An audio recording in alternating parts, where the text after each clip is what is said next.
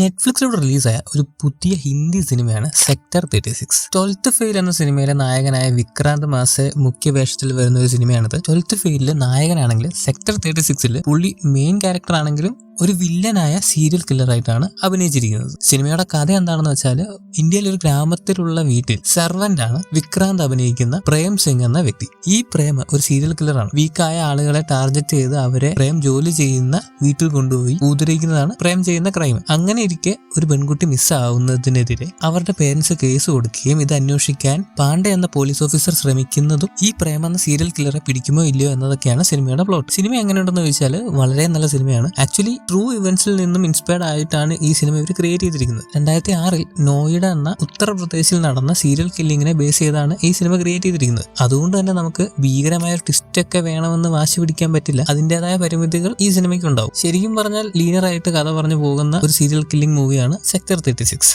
Zodiac എന്ന cinema നിങ്ങൾ കണ്ടിട്ടുണ്ടെങ്കിൽ അതുപോലെ നടന്ന കാര്യം മാക്സിമം ഇൻ ദ ഫേസ് ആയിട്ടാണ് പ്രേക്ഷകരിലേക്ക് എത്തിക്കാൻ നോക്കുന്നത്. എന്ന് വെച്ച് സിനിമ എൻഗേജിങ് അല്ല എന്നല്ല കേട്ടോ. ഈ സിനിമ ഇങ്ങനെ കണ്ട് നമ്മൾ ഇരുന്നു പോകും. പ്രേം സിംഗ് എന്ന ക്യാരക്ടർ ശരിക്കും ഒരു ടെററാണ്. കാരണം പുള്ളിക്ക് സീരിയൽ കില്ലിങ്സ് ഒക്കെ ഒരു ഡെയിലി റുട്ടീൻ പോലെയാണ് ഉള്ളത്. അതിൽ വലിയൊരു കാര്യം എന്ന് വെച്ച് കഴിഞ്ഞാൽ പുള്ളി അതിലൊരു തെറ്റ് കാണുന്നില്ല. അങ്ങനെ ഒരു ക്യാരക്ടറാണ് പ്രേം. ഈ ക്യാരക്ടറിനെ വിക്രാന്ത് അസാധ്യമായിട്ട് ജീവിച്ച് കാണിച്ചിട്ടുണ്ട് എന്ന് തന്നെ പറയണം. സിനിമയിൽ ഒരു ഇന്റർഗേഷൻ സീനൊക്കെ ഉണ്ട്.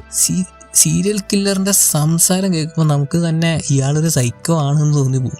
എന്തൊക്കെ ക്രൈം ചെയ്താലും പുള്ളിയുടെ ആ ഒരു കോൺഫിഡന്റ് ആയിട്ടുള്ള ചിരിയും ആ ഒരു എക്സ്പ്രഷൻസും ക്യാരക്ടർ ഡിസൈനെ കൂടുതൽ നല്ലതാക്കുന്നുണ്ട്. ഈ കേസ് അന്വേഷിക്കാൻ വരുന്ന പാണ്ഡെ എന്ന പോലീസ് ഓഫീസറുടെ റോളും എടുത്തു പറയേണ്ടതാണ്. കാരണം ആദ്യം കറപ്റ്റായ പോലീസുകാരനായ ഇദ്ദേഹത്തെ കാണുമ്പോൾ നമുക്ക് കാര്യമായ ഒന്നും തോന്നത്തില്ല. പക്ഷെ പുള്ളിയുടെ ക്യാരക്ടർ ട്രാൻസ്ഫോർമേഷൻ സിനിമയിൽ ഒരു ഇവന്റിന് ശേഷം നടക്കുന്നുണ്ട്. അത് കഴിഞ്ഞുള്ള അങ്ങയുടെ അഭിനയം വേറെ ലെവലാണ്. ചില സമയത്തെ നിസ്സഹായതയൊക്കെ കൂടി എക്സ്പ്രസ് ചെയ്യുമ്പോൾ പ്രേക്ഷകന് അത് വളരെയധികം ഫീൽ ചെയ്യാൻ പറ്റും എന്ന് എനിക്ക് തോന്നുന്നു. പക്ഷെ ട്രൂ ഇൻസിഡന്റ് ആയിട്ടും ക്ലൈമാക്സ് എത്തുമ്പോൾ നമുക്കൊരു കറക്റ്റ് കൺക്ലൂഷൻ ഒന്നും കിട്ടുന്നില്ല. കുറെ ക്യാരക്ടേഴ്സിന്റെ ബിഹേവിയർ മാറുന്നുണ്ട്. പ്രേം സിംഗിന് എന്ത് പറ്റി എന്ന് ക്ലിയർ ആയി പറയുന്നില്ല. ഇതിനിടയിൽ നടക്കുന്ന ബിസിനസ് എന്താണ് എന്നും പറയുന്നില്ല. ചിലപ്പോൾ അതൊക്കെ റിവീൽ ചെയ്താൽ വലിയ പ്രശ്നങ്ങളായേക്കാം എന്ന് വിചാരിച്ചിട്ടാവും. അതിനെക്കുറിച്ച് എനിക്ക് കൂളായിട്ട് അറിയില്ല, അല്ലെങ്കിൽ കട്ട് ചെയ്ത് കളഞ്ഞതാവാം, അങ്ങനെ എന്തും ആവാം. ആ ഒരു ഇൻകംപ്ലീറ്റ്നെസ് നമുക്ക് ക്ലൈമാക്സ് കാണുമ്പോൾ ഫീൽ ആവും. ആർക്കൊക്കെ എന്ത് പറ്റി എന്നൊന്നും കാര്യമായി പറയുന്നില്ല. ചെറിയ ചെറിയ ഓരോ റെഫറൻസസ് ഒക്കെ നമുക്ക് കിട്ടുന്നുണ്ട്. അത് നമ്മളായിട്ട് ചിന്തിച്ചെടുക്കേണ്ട ഒരു അവസ്ഥയാണ് ഇവിടെ വരുന്നത്. അത് എന്തുകൊണ്ടാണ്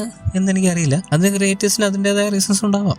അതെന്തു തന്നെ ആയാലും ഇതൊരു നല്ല സിനിമയാണ്. തീർച്ചയായിട്ടും നിങ്ങൾ കണ്ടു നോക്കുക. വളരെ നല്ലൊരു ഹിന്ദി സിനിമയാണ്. ഒരു നല്ല സീരിയൽ കില്ലിംഗ് മൂവിയാണ് സെക്ടർ 36. സോ ഈ വീഡിയോ നിങ്ങൾക്ക് ഇഷ്ടപ്പെട്ടിട്ടുണ്ടെങ്കിൽ ലൈക്ക് ചെയ്യുക, കമന്റ് ചെയ്യുക, ഷെയർ ചെയ്യുക. കൂടാതെ ഇതുപോലുള്ള ആനിമ മൂവി സീരീസ് കോണ്ടന്റ്സിനായി ചാനൽ സബ്സ്ക്രൈബ് ചെയ്യുക. വേറെ വീഡിയോയിൽ വീണ്ടും കാണുന്നവരേക്കും it's me binge watcher signing of.